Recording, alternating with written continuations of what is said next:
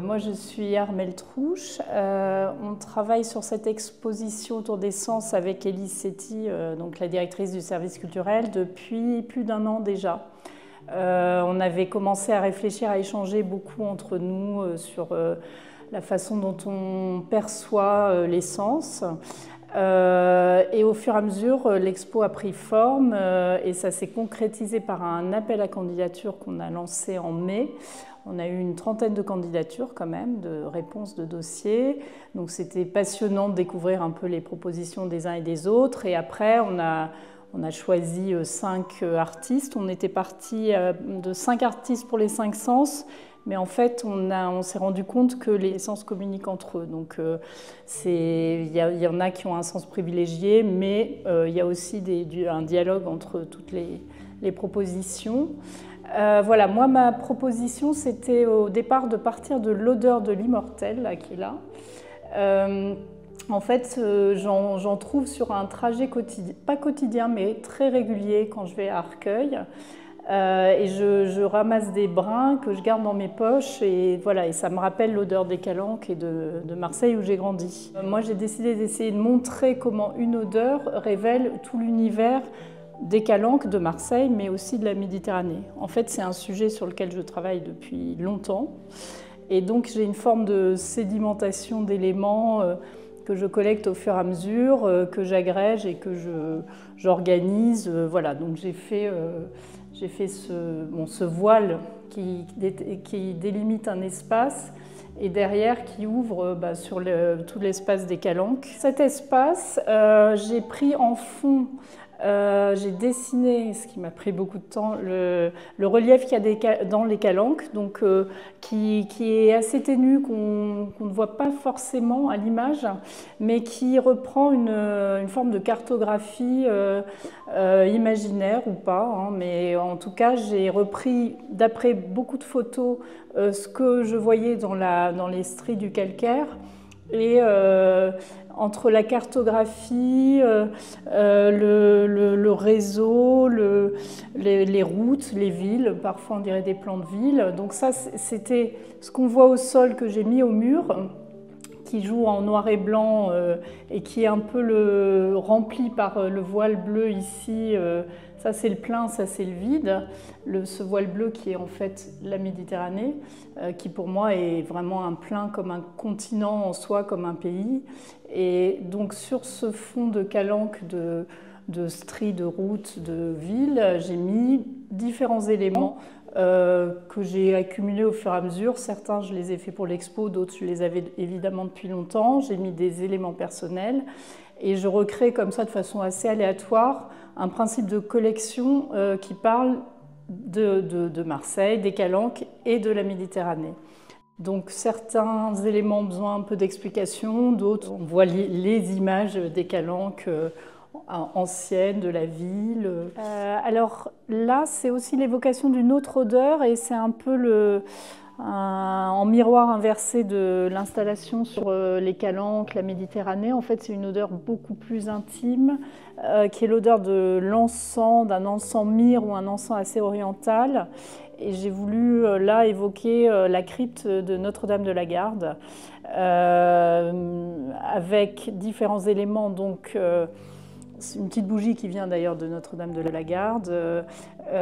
Cette matière cuivrée qui évoque les mosaïques un peu néo-byzantines de la basilique. Et après, les suspensions au-dessus, c'est tous les ex-voto que j'ai passé mon enfance à observer, qui sont principalement des bateaux et des avions, étant les deux des grandes aventures de Marseille. Voilà, donc les avions, je les ai représentés là par ces petites graines de tilleul, je crois. Et après, j'ai mis des éléments qui sont les ex-voto, alors plutôt de la tradition un peu assez orientale, grecque, turque, tout ça, les yeux, les cœurs, voilà, des porte-bonheur. Voilà. Je suis Anthony Pesquine, je participe à l'exposition Sensorama avec 4 autres artistes et c'est une exposition qui évoque les 5 sens et la mémoire. Et moi j'aime bien parce que, en fait, dans mon travail très souvent, Déjà, je fais appel au sens du spectateur et surtout, je fais référence à des choses qu'il y a dans sa mémoire, c'est-à-dire que des trucs qu'on a déjà vus, des trucs qu'on connaît, je les mets en scène d'une manière un peu différente que dans la vie de tous les jours et donc je joue un peu avec la manière dont on se souvient des objets. Comme je suis artiste, il n'y a pas vraiment de séparation entre ma vie quotidienne et les moments où je travaille et en quelque sorte, mes sens sont toujours en éveil pour être à l'écoute d'une idée qui pourrait m'arriver et ce que j'expose là, dans Sensorama, c'est une idée que j'ai eue quand j'étais au supermarché. J'aime beaucoup les supermarchés et quand on y est, tous les sens sont mobilisés. La vue, l'ouïe, l'odorat, le toucher et le goût. Et les grandes photos que je fais là, ça évoque immédiatement le goût. Oui, donc c'est une expo sur les 5 sens, qui sont un peu les 5 manières qu'on a de percevoir le monde extérieur. C'est vrai qu'aujourd'hui, avec les outils numériques et les informations qui arrivent déjà toutes prêtes, on a moins tendance à faire appel à nos sens et à notre instinct, parce que grâce à la technologie, qui est quand même quelque chose de très bien, on est devenus des gros bébés, disons. C'est-à-dire que le travail est mâché pour nous et on fait plus trop appel à l'intuition et à l'instinct. Et donc c'est vrai que ça peut aussi être ça le travail de l'artiste, c'est attirer l'attention sur des choses qu'on a, qui sont simples. Donc, mon nom c'est Maria Ibanez Lago. J'ai été sélectionnée avec cette œuvre qui s'appelle Réflexion à haute voix et qui est une œuvre à 2 faces, vous allez voir pourquoi, à faire partie de cette expo qui s'appelle Sensorama. Donc Sensorama, bien sûr, il y a le mot sens dessus et c'est un peu la consigne que tous les artistes nous sommes donnés pour produire ou présenter les œuvres qui sont ici. Donc les sens sont plusieurs, hein. Il y en a qui disent même qu'il y en a un 6e sens. Et moi, donc, dans cette partie donc, de la pièce, j'ai bien sûr parlé en effet de la lumière qui est la réflexion. Vous verrez qu'il y a tout un halo jaune autour de la pièce et moi je voulais avec ce changement d'échelle me placer à comment percevraient non pas les humains mais par exemple les insectes en s'approchant d'une fleur. Et il s'avère que les insectes, en plus, à l'intérieur des fleurs, ils voient une couleur de plus que nous ne voyons pas, qui est l'ultraviolet.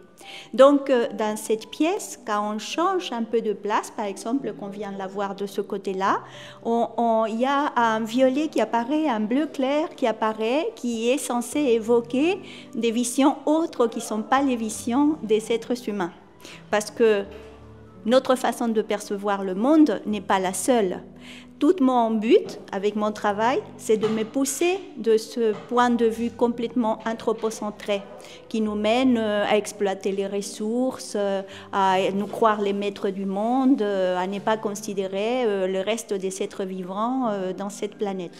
Donc, de cette façon-là, donc, je m'approche ou je veux évoquer donc, ces autres sens que nous partageons ou pas avec d'autres êtres vivants de la planète. Et alors, quand on traverse le mur, parce que cette salle a 2 parties, on trouve l'arrière de la fleur, hein, ce qu'on dirait la tige et les sépales.